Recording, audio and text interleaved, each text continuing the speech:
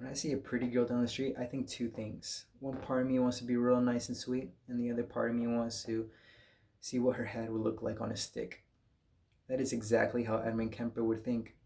Edmund would be a total normal guy, and then the other day, he would be a cold blooded serial killer. I'd like to show you what I learned about Edmund Kemper.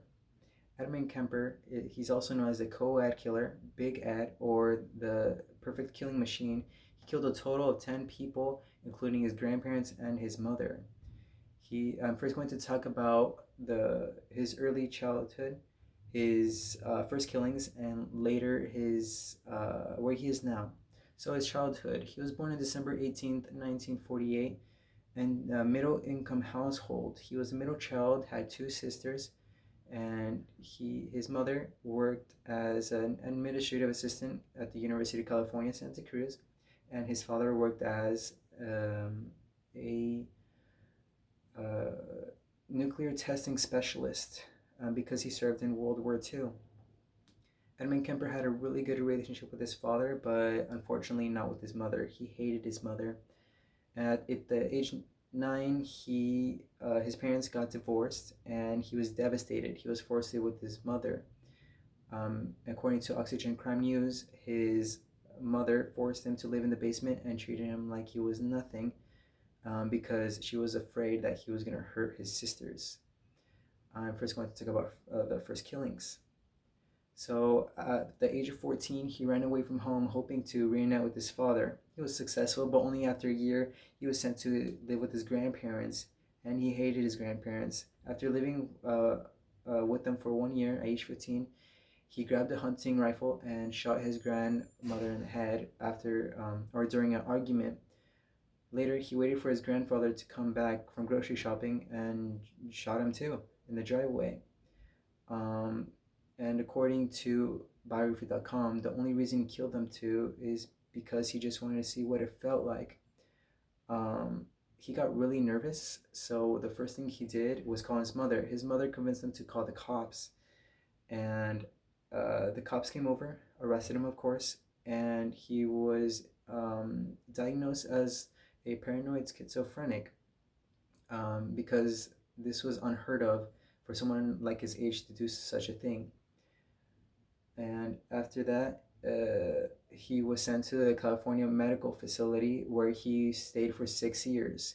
At age 21, he was released, and according to his psychiatrists, he was cured and he was no danger to the public. In fact, he was really smart.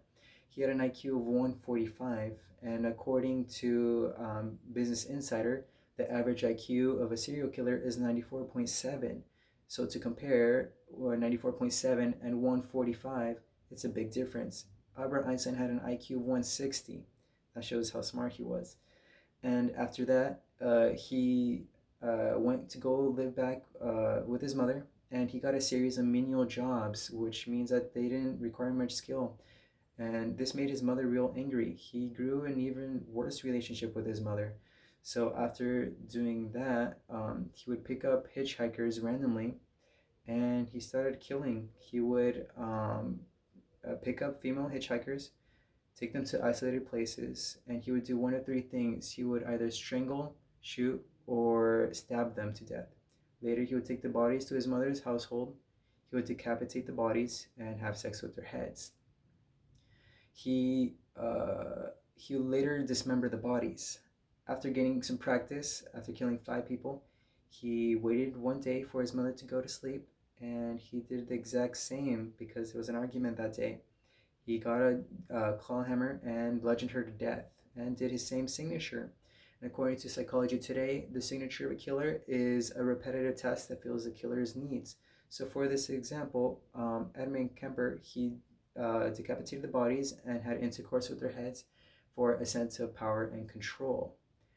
I am now going to talk about his later life, or where he is now. So after killing his mother and later his best friend, her best friend, lastly, he was he fled the scene. He got really nervous and he thought he was gonna get caught because he got really anxious. And then after that, he he just got emotionally broken. So he turned himself in. He went to a nearby payphone while he was driving the car, and he turned himself in. He was convicted of 8 first-degree murders because he gave detailed testimonies, and he requested the death penalty, but he was rejected because it was illegal at the time. He's now at the medical facility in California at age 71. We now know about Edmund Kemper's life. His most important figure rejected him, which was his mother, and he took out his anger on innocent female teenagers. Thank you. My name is Michael.